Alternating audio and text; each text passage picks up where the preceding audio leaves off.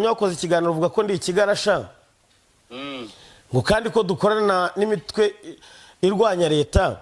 Ndahiro Valence papi uragenda ukavugana n'intera hamwe yifite igisekuru cy'intera hamwe ziba muri Kongo. Abanyamakuru nuko bakarasira batangiye, nuko bayidamange batangiye, abangaba bafunganye na Victoire Ingabire nuko bameze.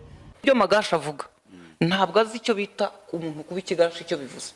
Arabizi yavuga ibyo atazi ntabwo abizi kuko iyo abimenya Magashi yiga kumenyekana mwese mukamumenya. Yatangiye avuga ko ndi ikigarasha. Ndahiro Valence Pape yiyamye afande Magashi uvuga yuko akorana n'intera hamwe ndetse akavuga yuko ari n'intera hamwe, ndetse fande Magashi avuga yuko Ndahiro Valence Pape ari ikigarashi. Ngira ngo ibi ngibi mwagiye mubyumva mu biganiro bigiye bitandukanye. Ndahiro Valence Pape rero yashingiyeho yishinganisha avuga yuko afande Magashi umuntu ujye kuri kamera akavuga yuko akorana n'imitwe y'iterabwoba, akavuga yuko yigometse ku butegetsi. Uyu nguyu afande Magashi bahuriye ahantu ha wenyine, ngira ngo ashobora kuba yanamugirira nabi. Ndahiro Valence Pape yishinganishije kubera ikiganiro afande Magashi yamukozeho. Ese ubundi afande Magashi ni muntu ki?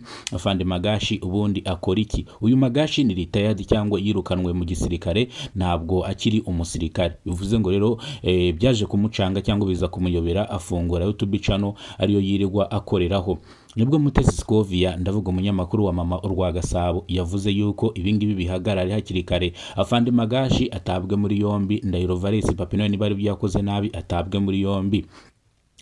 Kubera yuko Mutesi Scovia avuga yuko nguyu afande Magashi hari abantu benshi bagiye bamurega bamushinza ko baharabika ndetse no gushaka kubagomora cyangwa kubangisha abaturage, ariko afande Magashi ntago ribo ngo ije imufata ngo igire ikimubaza cyangwa imute muri yombi. Nicyo kintu gituma Magashi cyangwa afande Magashi, reka nge mwite Magashi, ashingiraho yataka abanyamakuru ndetse akashaka kubatoka, agashaka kubakoza hasi, agashaka kugira ngo abangirize izina ryabo. Mutesi Scovia yabikomojeho avuga yuko ngo afande Magashi nawe kugira ngo azamuke, nako Magashi kugira ngo azamuke yise Mutesi Scovia ko ari ikigarashi. Mutesi Scovia aramwihorera kubera ko Mutesi yarazi ko hari abantu bamureze neza, abo bantu ntibakurikiranwa. Niyo mpamvu Mutesi Scovia yabyihoreye yanga kwirirwa abikurikirana.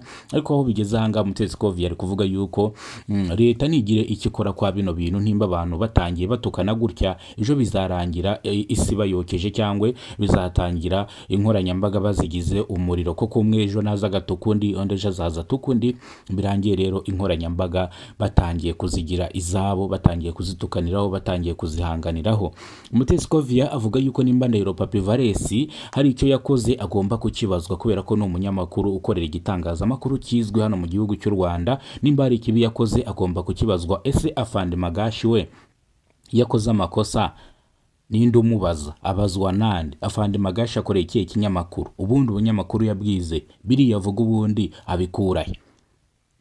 Mutesi Scovia bikomeje avuga ati rero leta nigira ikikora, ndakunda avuga abayobozi babishinzwe nibagire icyo bakora, bano bantu babicaze hasi babaganiriza, cyangwa nimba ari nibyo bakoze binyuranyije n'amategeko babafunge. Kubera ko Mutesi Scovia yavuze ko mu gihe bino bizaba byafashe indi ntera rwose nimuzigire mutwika esase, turavuga abashinzwe bino ngo muje gufata abantu mu gihe byatangiye mubireba, nimwagira icyo mubikoraho, nimuzigire mutwika esase yo mu misoro ya leta tube twaguze nk'abaturage, ngo muje twike sase ngo muje gufata abantu mwaranze kubafata hakiri kare bitaragira ku rundi rwego, mwe mutwike sase muje gufata abantu byararenze indi ntera. Uyu nguyu afande Magashi si umunyamakuru.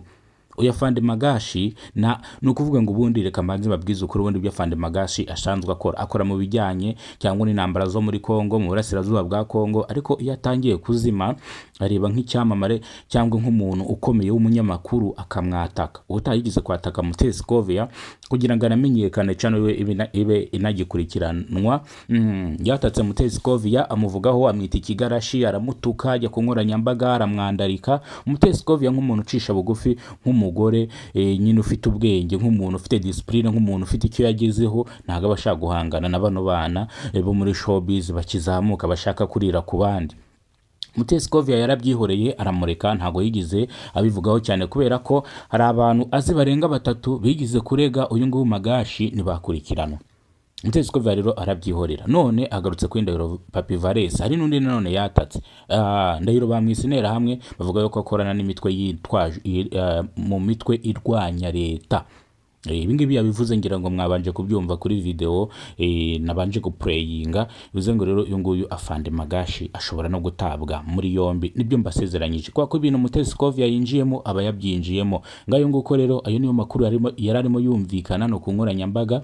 Magashi, Ndahiro Valens Papi ndetse n'abandi bataramenyekana narabasha kuzana hano, bari mu rubanza cyangwa barimo baratongana ku nkoranyambaga. Bivuze ngo raba ngaba bagomba gutabwa muri yombi. Ngayo nguko rero reka amakuru yacu tuyasubikira hano. Amakuru nakagaruka nimero bwo bwa mbere ugize kubona muyoboro, ibuka gukora subscribe, nyabuneka ufungura inzogera kugira ngo uzajye ubashe kubona amakuru yizewe hano mu gihugu cy'u Rwanda. Kambaragize Imana mbifuriza umunsi mwiza